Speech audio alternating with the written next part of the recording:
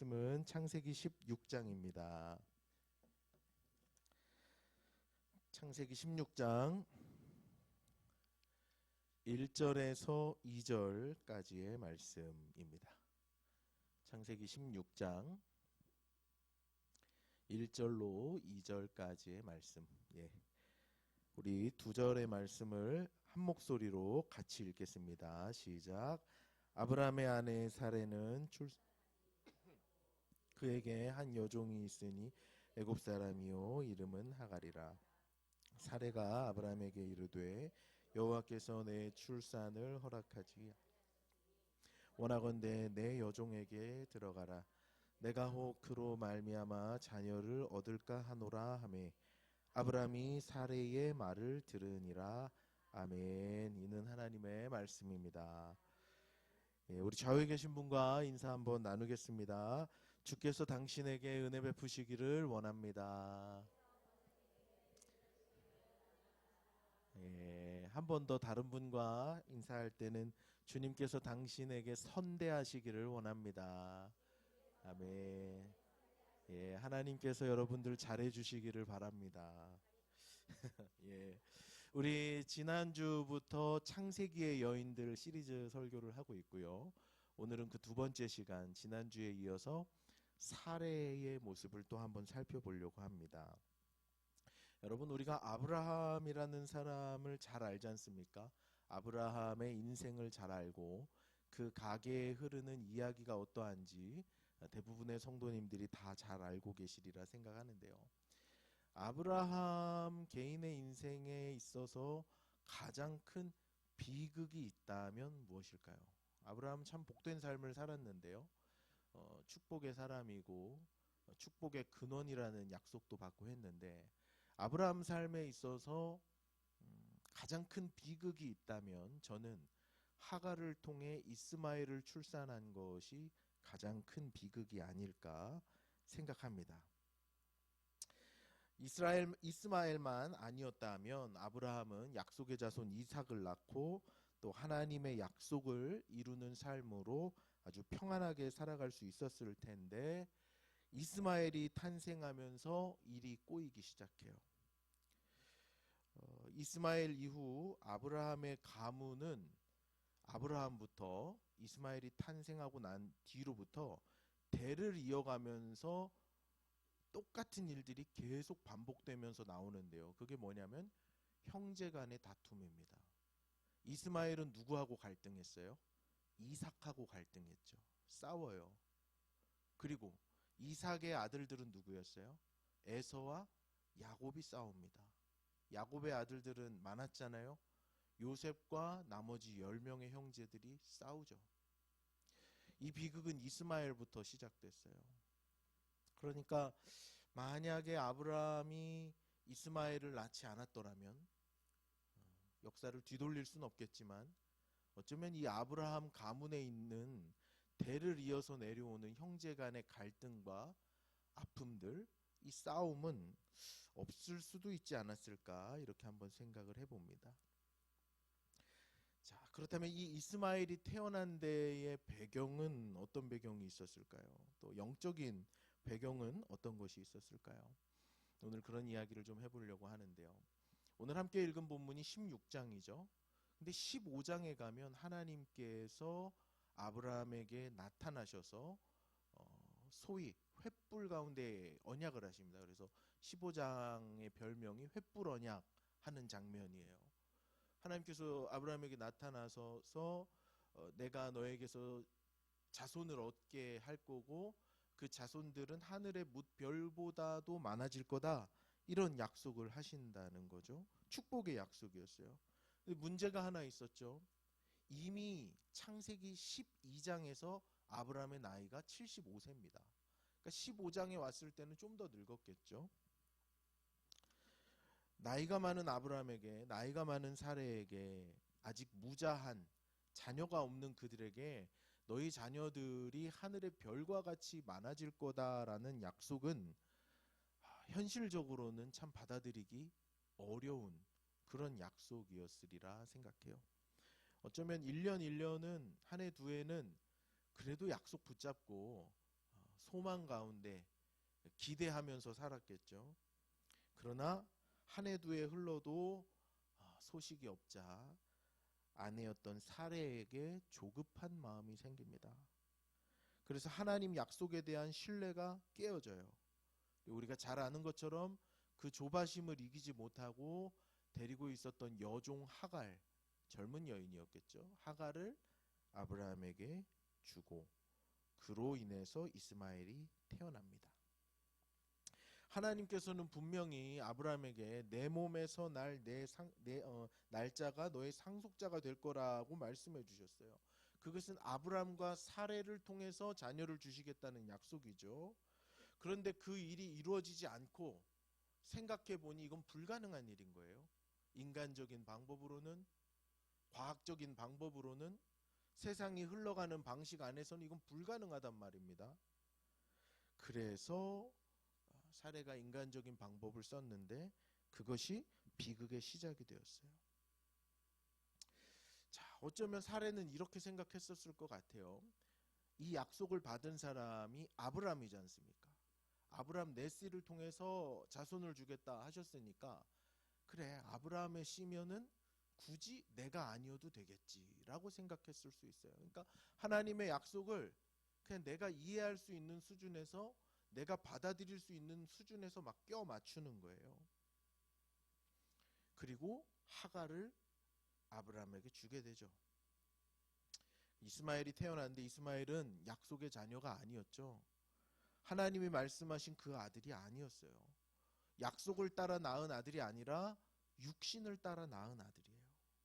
하나님 약속과는 아무 상관없는 자녀였죠. 사레의 마음을 깊이 들여다보면요, 사레 안에는 지금 조바심이 있는 거예요. 하나님의 약속은 분명히 주어졌는데 그 약속이 이루어지지 않으니까 내가 인간적인 힘을 동원해서 뭔가라도 해야 되겠다고 생각하는 거죠. 하나님이 약속을 주셨는데 이 약속을 이루어지지 않으니까, 내 생각대로, 내 방법대로, 내 시간표대로 흘러가지 않으니까 내가 뭔가라도 해야 된다고 생각하는 거예요. 어차피 아브라함의 씨니까 하갈이어도 괜찮겠지. 그렇게 낳아도 하나님 약속이 이루어진 거겠지. 이렇게 생각하는 거죠. 여러분, 하나님은 하나님이 가지고 계신 분명한 방법이 있는 줄로 믿습니다. 여러분 믿으세요? 하나님의 시간표가 있어요. 우리가 다 알 수도 없고 이해할 수도 없는 하나님의 시간표가 있고 하나님이 역사하시는 방법과 완전한 때가 있어요. 근데 우리는 그것을 기다릴 때 조바심이라는 장애물을 만나게 되죠. 그래서 사람은 하나님을 돕는답시고 뭔가를 하려고 합니다. 내 경험에 의지해서, 내 생각에 의지해서, 내 상식에 의지해서, 또 때로는 내 신앙이라는 것에 의지해서 무언가를 하려고 해요. 하나님을 신뢰하고 잠잠히 기다리려고 하진 않고 내가 인간적인 힘을 뭔가를 계속 쓰려고 하죠. 그런데 여러분, 하나님은 하나님이 하나님의 일을 이루어 가시는 분명한 방법이 있어요. 우리가 할 것은 무엇인가? 약속을 받았다면 그 약속이 이루어지기까지 소망 가운데 인내하며 기다리는 거예요. 우리 지난 학기 부흥의 사도행전 하면서 첫 시간에 이런 설교를 했었는데요. 기다림이라는 것은 절대로 수동적이고, 기다림이라는 것은 소극적인 행동이 아닙니다. 하나님의 약속을 믿고 소망 가운데 기다리는 것은 굉장히 적극적인 행동이에요.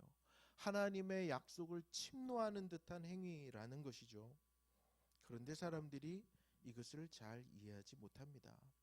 하나님의 약속이 더디 이루어지는 것 같을 때 우리는 그저 하나님 신뢰하고 잠잠히 기다려야 하는데, 우리가 무언가를 성취하기 위해서 계속 애를 쓰더라는 거예요. 여러분, 예수님도 우리 겟세마네 기도 생각해 보면 하나님이 일하시는 방법이 썩 마음에 들지 않았어요.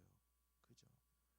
그리고 예수님 복음서를 읽어보면 요한복음 2장에 보면 물로 포도주를 만드는 그 사건에 뭐라고 예수님 말씀하시냐면 아직 내 때가 이르지 아니하다 이런 말씀도 하시거든요. 그러니까 예수님도 하나님의 때를 기다리면서 예수님의 생각으로는 받아들일 수 없는 하나님의 뜻과 하나님의 방법과 하나님의 시간을 기다리시면서 순종하면서 나아가시는 모습을 보여주셨어요. 그런데 우리가 무엇이 관대 하나님의 약속을 스스로 성취하려 합니까? 우리가 무엇이 관대 하나님께서 이루시는 일을 내 힘으로 이루려고 하느냐 말이죠. 그냥 기다리는 거예요. 신뢰함 가운데 기다리는 것은 소극적인 행동이 아닙니다. 신뢰함 가운데 기다리는 것은 적극적인 행동이고 능동적인 행동이에요. 그것이 우리가 할 수 있는 가장 중요하고도 가장 힘 있는 일이에요. 가장 필요한 일입니다. 그런데 사라에겐 그런 마음이 없는 거예요. 조바심이 나는 거죠. 다급한 마음에 인간적인 방법을 생각해요. 그리고 하나님의 역사를 그르치게 되죠. 여러분, 저를 한번 따라 하겠습니다. 잘 기억하세요. 조급함은 주께로부터 온 마음이 아니다. 한 번 더 하겠습니다. 조급함은 주께로부터 온 마음이 아니다. 네, 여러분, 어떤 일을 진행하실 때 조급한 마음이 들고 막 뭔가에 쫓겨서 진행하신다면 주께로부터 온 마음이 아닐 가능성이 굉장히 큽니다. 하나님의 나라는 의와 평강과 희락 가운데 있거든요. 조급한 마음으로 나를 막 그거는 주께로부터 온 마음 아닐 확률이 커요. 재미있는 이야기 하나 해볼까요? 여러분, 홈쇼핑 많이 보시죠? 마감 임박 막 이러면서 주문 폭주 3분 남았습니다. 그럼 어때요, 여러분? 아, 저거 없으면 우리 집 망할 것 같죠? 아, 저거 주문해야 되는데. 여러분, 수량 임박 막 이러면 전화하잖아요. 또 그러면 알아서 전화하면 집에 갖다 주고, 며칠 후에 택배 뜯어보면 어때요? 이 쓸모도 없는 거 왜 시켰나 싶고, 심지어 뜯어보면 집에 있는 거 또 시켰네. 이런 조급함은 주께로부터 온 마음 아니에요. 근데 세상은 이걸 알아요. 그래서 사람들의 조급함을 막 부추겨요. 그래서 본인들이 얻고자 하는 걸 얻죠. 근데 우리 그리스도인들은 이걸 너무 모르는 것 같아요. 절대로 조급함은 주께로부터 온 마음이 아니에요. 예수님은 조급하신 적이 없어요. 제자들이 풍랑 가운데 배 띄워놓고 막 죽겠다고 소리 지를 때도 우리 예수님 고물에서 베개 베고 주무시던 분이세요. 평강 가운데 계시던 분이세요. 절대로 조급함에 속아 넘어가지 않으시길 바랍니다. 자, 제 개인적인 경험을 나누는 것을 이해해 주시길 바랍니다. 저는 결혼식을 2월 달에 했는데요. 결혼식 2달 전에 제가 신학대학원 입시 시험을 치렀습니다. 입시 시험을 치고 2달 후에는 결혼해야 되니까 뭐 결혼 준비를 잘 하지 못했겠죠. 근데 이제 결혼 준비하다 보면 제일 큰 게 집을 구하는 거잖아요. 그래서 집 구하는 일도 뭐 그렇게 많이 알아보지 못했는데 저희가 이제 구하고 싶은 집의 기준이 있었어요. 저거 방 2개는 있을 것. 그리고 지역은 성북구 종암동 쪽에 있으면 좋겠다. 이런 게 있었고. 또 그래도 아무리 돈은 없지만 지하는 아니면 좋겠다. 이런 생각이 있었는데 여러분 집 구해보셔서 아시겠지만 집을 구하다 보면 절대 법칙 같은 게 하나 있죠. 내가 마음에 드는 집은 내가 가진 돈보다 비싸다라는 절대 법칙이 있어요. 저희도 그랬어요. 제가 가진 돈을 가지고는 그런 집을 구하려면 적어도 그 지역에서는 한 3배 이상의 돈이 필요했어요. 그리고 제가 가진 돈으로는 사실은 지하에 있는 그런 컨디션의 집도 구할 수가 없는. 근데 뭐 어떻게 해요? 일단은 신대원 준비를 해야 되니까 공부를 열심히 했죠. 틈틈이 뭐 알아보고. 근데 신대원 시험 한 열흘 전에 제가 가진 돈에서 조금만 더 얹으면 되는 그런 집이 하나 나왔습니다. 지상에 있는 투룸에 학교도 한 번에 갈 수 있는 그런 컨디션의 집이. 그래서 이제 가서 한번 봤는데 마음에 너무 드는 거예요. 근데 이제 입시가 열흘 남았으니까 마음이 갈등이 되는 겁니다. 이거 오늘 계약 안 하면 이 집 분명히 다른 사람이 계약해서 날아갈 것 같은 생각 하나 들고, 오늘 계약하고 은행 다니고 하다 보면은 나머지 열흘 동안 공부를 못할 것 같은 생각이 들어요. 그래서 어떻게 했냐면 어떻게 했을 것 같으세요? 계약을 안 했습니다. 예, 기도하면서 계약하지 않았어요. 그리고 시험 끝날 때까지 만약에 이 집이 남아 있으면 그때는 이게 하나님 나에게 주신 집이라고 생각하고, 아니면 하나님 내게 예비해 주신 집이 아니리라 생각하고 놔뒀죠. 그리고 그 집은 그 다음 날인가 다다음 날인가 며칠 만에 다른 사람이 계약을 했어요.